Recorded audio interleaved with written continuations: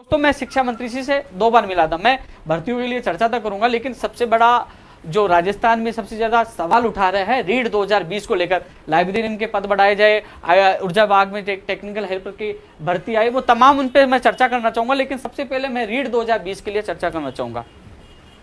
दोस्तों मुख्यमंत्री जी की मीटिंग हुई, सबको पता है, हम बेसब्री से इंतजार कर रहे थे। लेकिन मीटिंग में जो हमें आज थी, क्योंकि मैं 2020 भर्ती को लेकर, रीट की भर्ती को लेकर प्राथमिकता के साथ मुद्दा था, व्याख्याता का था, कंप्यूटर शिक्षक भर्ती चाहिए, तमाम लंबित भर्ती होगा।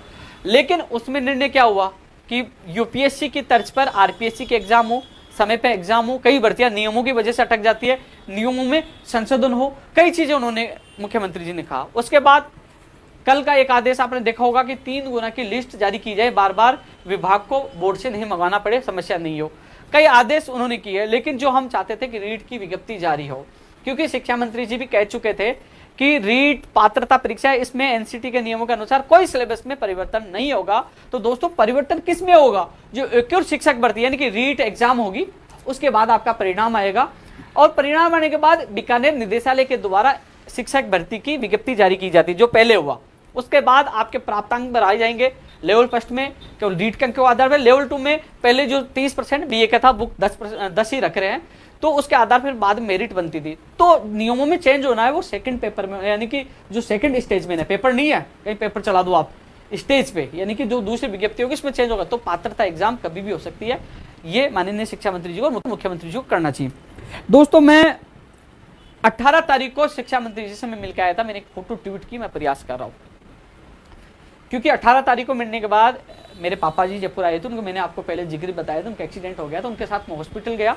उसके बाद मैं गांव चला गया, मैं कोई वीडियो नहीं डाल पाया, कोई केवल एक ट्वीट कर पाया। कई लोगों के कमेंट आए कि फोटो डाल के बग गए, क्या हुआ, कैसे हुआ, लेकिन वो कभी परिस्थिति नहीं समझेंगे कि कोई आदमी फंस गया होगा या किसी परिस्थिति में उलझा होगा, तो कहीं किसी कारणवश कुछ बता नहीं पाया। लेकिन पता है ना कि हमें तो केवल न्यूज चाहिए। मैं मिल के आया। उसके बाद 21 तारीख को सुबह में संस्कृत विभाग के जो अभ्यर्थी थे, वरिष्ठ अध्यापक भर्ती 2018 के, उनकी ज्वाइनिंग के लिए मैं डॉक्टर सुभाष गर्ग साहब जो मंत्री जी, उनसे मिला कि उनके जल्द से जल्द ज्वाइनिंग हो। उन्होंने कहा संस्कृत विभाग वरिष्ठ अध्यापक भर्ती के जो चयनित अभ्यर्थी है 30 तारीख तक हम कार्य कर लेंगे, और उसके बाद 10 अक्टूबर से पहले इनकी नियुक्ति प्रक्रिया के आदेश जारी कर देंगे, उन्होंने आश्वासन दिया। उसके बाद मैं खुद शिक्षा मंत्री जी से मिलकर आया, फोटो मैंने ली नहीं, न डाली, कम से कम 15-20 मिनट मैं शिक्षा मंत्री जी से आपकी भर्ती को लेकर जिक्र किया, चाहे रीट 2020 हो, 18 हो, 16, 17 हो। लेकिन मैंने उनको ये कहा कि साहब राजस्थान के बेरोजगार ये नहीं कहते कि हमारी एग्जाम जनवरी में, दिसंबर में या नवंबर में करवाओ, वो कहते चाहे आप फरवरी में कराओ, चाहे मार्च में कराओ, चाहे अप्रैल में कराओ, कम से कम विज्ञप्ति जारी हो। पैटर्न जो 90-10 की चर्चाएं हैं सुनने में, कि मेरे को पता है, मैंने भी आप लोगों को बताया था 90-10 के लिए गई है, लेकिन विश्वास कब होगा? जब मोहर लग जाएगी, जब सरकार की तरफ से आधिकारिक घोषणा हो जाएगी। तो कम से कम पैटर्न विज्ञप्ति जारी हो और परीक्षा तिथि का पता चले, लोग तैयारी कर सके। इसी चीज की मांग लोगों की सबसे बड़ी डिमांड है, यही हम कोशिश कर रहे थे। मैं खुद बात रखा हूं, शिक्षा मंत्री जी का बयान यही था कि मैं इस बार ऐसी कोई घोषणा नहीं करूंगा, जो नियमों में संशोधन होना है, जो हमें भर्तियों में पारदर्शिता रखनी है, वो चीजें एक साथ करेंगे। कि क्या नियम बना रहे, क्या कर रहे, हम एक साथ ही सारी बातें डिस्क्लोज करेंगे। और उन्होंने कहा कि मुख्यमंत्री जी ही इसमें फाइनल फैसला लेंगे। तो मैं खुद उनके सामने मजबूती से बात रख के आया हूँ। इसके अलावा सीएमओ में अधिकारियों को मैंने अवगत करवाया था। तो दोस्तों मेरा काम है आप लोगों की आवाज पहुंचाना। कई लोग सवाल करते हैं कि तारीख पे तारीख, यार मैं थोड़ी दे रहा हूँ, मैं तो कम से कम आपकी आवाज तो उठा रहा हूँ ना, कम से कम जाके आपकी बात तो रख रहा हूँ ना। क्योंकि कोरोना काल चल रहा है, हमने, आप लोगों ने, कई लोग जो ऑब्जेक्शन किया, बोले कि ये गलत है, ये है वो, तो मैंने उनको कहा ठीक है 2 तारीखों में इकट्ठा होंगे। अब 144 धारा लग चुकी है। जो लोग हैं, मेरा निवेदन उनसे ये कि जो कमेंट करते, कम से कम आप आइए ना। मैं तो पहले कह चुका हूं उपेन्द्र यादव की, वो कुर्सी खाली है, आप आगे आए, हम पीछे से आपका साथ देंगे, पता तो चले ना कैसे भागा जाता है, कैसे काम किया जाता है। अरे हम कम से कम प्रयास तो कर रहे हैं, हमारी आवाज तो उठ रही है ना। कम से कम शिक्षा मंत्री, मुख्यमंत्री जी मीटिंग तो ले रहे हैं ना। जो भी निर्णय हो रहे हैं, चाहे रीट का नहीं हुआ आज, नहीं तो कल होगा, हम प्रयास कर रहे हैं, उसमें उपेन्द्र यादव गलती नहीं। लेकिन जो 3 गुना सूची, जो अधीनस्थ बोर्ड का जो निर्णय हुआ है, वो शानदार निर्णय है। आरपीएससी में हम चाहते हैं कि पहले 1 गुना की लिस्ट जारी कर दी जाए प्राप्तांक मेरिट के आधार पर, और उन लोगों को ज्वाइन दी जाए 2 गुना की बना के रख ली जाए, उसमें भी प्राप्तांक उनके दिखाए जाए, मेरिट क्रमांक दिखाए जाए, पूरी पारदर्शिता के साथ लिस्ट जारी हो। जिससे क्या है कि हर भर्ती में ऐसा हो, तो क्योंकि 3 गुना के लिए तो कह दिया, लेकिन इसमें थोड़ा सा संशोधन होना चाहिए कि मेरिट क्रमांक भी जारी होना चाहिए कि ये 300 लोगों की 3 गुना ये इनकी लिस्ट है, तो वो उनको पता चल जाएगी कितनी मेरिट वालों का चयन हो गया, फिर बाद में कौन सी लिस्ट आएगी, इसमें पारदर्शिता होनी चाहिए, प्राप्तांक के साथ मेरिट क्रमांक भी जारी होनी चाहिए। ये अच्छा निर्णय है।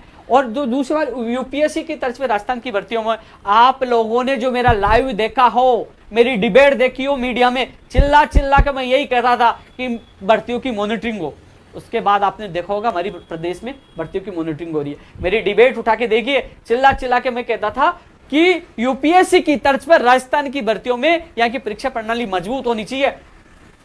लोग कहेंगे, बहुत लोग आएंगे कॉपी पेस्ट वाले, श्रेय लेने वाले, लेकिन वो डिबेट, वो लाइव, वो सब वो पहले किए हैं, वो कभी डिलीट नहीं होती है। चिल्ला चिल्ला के हम आवाज उठाते थे, हमारी आवाज सरकार तक पहुंची है, माननीय मुख्यमंत्री जी ने अधिकारी को निर्देश दिए, लेकिन निर्देश की पालना भी होनी चाहिए। 3 सितंबर को मुख्यमंत्री जी ने रीढ़ शिक्षक भर्ती 2018 की लेवल 1 और 2 की एक और सूची निकालने, एलडीसी भर्ती 2018 के पद जो कम किए गए उनकी सूची निकालने, और जो बाहरी राज्यों के लिए निर्देश दिए थे, अभी तीनों पे अधिकारी ने कोई भी काम स्टार्ट नहीं किया, आज लटके पड़े हैं। हालांकि इस संदर्भ में मैं खुद आज सचिवालय में खुद जाके आया हूं, लेकिन इसमें भी मैं चर्चा करूंगा। उससे पहले मैं और चीजों पे चर्चा करना चाहूंगा। इसलिए दोस्तों, मैं शिक्षा मंत्री से मिलके गया था, तो उस दिन 17 तारीख को 18 तारीख को मैं फोटो डाल पाया था, हॉस्पिटल था, घर चला गया था, उसके बाद नहीं डाल पाया था। इसके बाद मैं 21 तारीख को मिला हूं, उन्होंने कहा कि हम कोई भी कमी नहीं छोड़ना चाहते, इस बार जो भी हो गए एक साथ सारे नियम बनेंगे, सारी चीजें स्पष्ट करेंगे, कब एग्जाम होगी, क्या नियम होगा, किसको लिया जाए, ये चीजें उन्होंने कहा, और मुख्यमंत्री जी ही इसमें अंतिम फैसला लेंगे।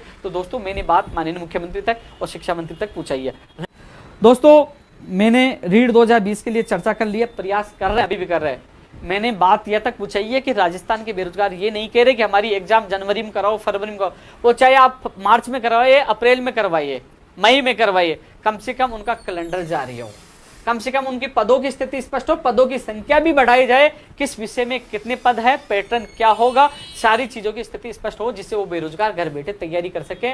क्योंकि आप एग्जाम की तिथि नहीं तो 1 महीने बाद करोगे, मान लीजिए आपको मार्च में करवानी है, 1 महीने बाद आप मार्च की घोषणा करोगे, तो आपने जो भर्तियां निकाली है उसका श्रेय नहीं जाएगा। बेरोजगारों में आक्रोश है, 11 लाख बेरोजगारों में बहुत ज्यादा निराशा छाई हुई है। मैंने निवेदन किया है, मैंने मुख्यमंत्री जी तक बात पहुंचाने की कोशिश किया, और मैंने शिक्षा मंत्री जी से व्यक्तिगत मिलकर आपकी बात रखी है, लेकिन शिक्षा मंत्री जी का कहना था कि पूरे नियम बनाएंगे, हम पारदर्शिता के साथ भर्ती को करना चाहते हैं, और अब की बार ऐसा नहीं कि हम तारीख दे दे, कुछ नहीं, हम चाहते हैं जो तारीख जारी हो उसी पे एग्जाम हो, और उसी के साथ हम जो तारीख जारी करेंगे, जो उसी के साथ हम परीक्षा पैटर्न और विज्ञप्ति की डेट भी घोषणा कर देंगे। ये शिक्षा मंत्री जी ने मुझे 21 तारीख को आश्वासन दिया था, जो आपको बता रहा हूँ। लोग कहेंगे कि आश्वासन भैया बात है, मैं तो आपकी बात रख सकता हूँ, घर से निकलकर आपकी बात रखने का काम किया है, लेकिन समय आने पे 2 तारीख की आपकी आवाज उठाई, लेकिन परिस्थितियाँ विपरीत है, समझिए।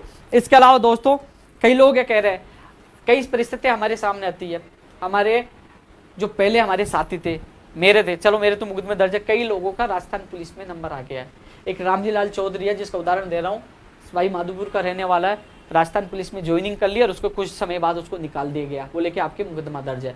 कई लोगों को नौकरियां से निकाल दिया, कई लोगों पे नौकरी के उनके ऊपर संकट है। 56 लोग हैं, उनका मैंने प्रार्थना पत्र सीएमओ में दिया है, सीएम सचिव साहब को दिया है, सीएम साहब से भी निवेदन किया, उनके मुकदमे वापस हो जाए तो उनका भविष्य अच्छा हो जाए और उनको लोगों को नौकरी मिल जाए। तो कम से कम हम लोग, आप कह रहे हो, मुझे कह रहे हो आप विरोध करो, मान लीजिए परिस्थिति आप देख रहे हो, कोरोना स्थिति है, मैं कल विरोध करूंगा तो क्या उन 55 लोगों का बुरा नहीं होगा, उन 56 लोगों को बुरा नहीं होगा? मेरे तो मुकदमे आज नहीं तो कल हट जाएंगे, जब हटेंगे मुझे जेल चला जाऊंगा, कुछ नहीं, लेकिन उनका भविष्य बचना चाहिए कि नहीं बचना चाहिए, आप सोचिए, दिल पर रखिए, परिस्थितियां के अनुसार ही निर्णय लेना पड़ता है। वही कमेंट आ रहे दोस्तों। लास्ट में इतने लोग, आप लोगों से ये कहना चाहूंगा, आपके भाई के न हौसले न जज्बा कमजोर हुआ है, चाहे फर्जी डिग्री वाले हो जो चैलेंज देते हैं, किसी के बाप से नहीं डरता, जिसमें दम है जैसे आ जाए, सच के लिए लड़ाई जारी है, वो जारी रहेगी। और आपसे वादा किया था वो वादा भी निभाऊंगा, जहां अन्याय होगा आपका भाई बोलेगा, चाहे मेरी जान चली जाए पीछे नहीं हटूंगा, जहां आपका पसीना होगा वहां आपके भाई का खून होगा। जय हिंद।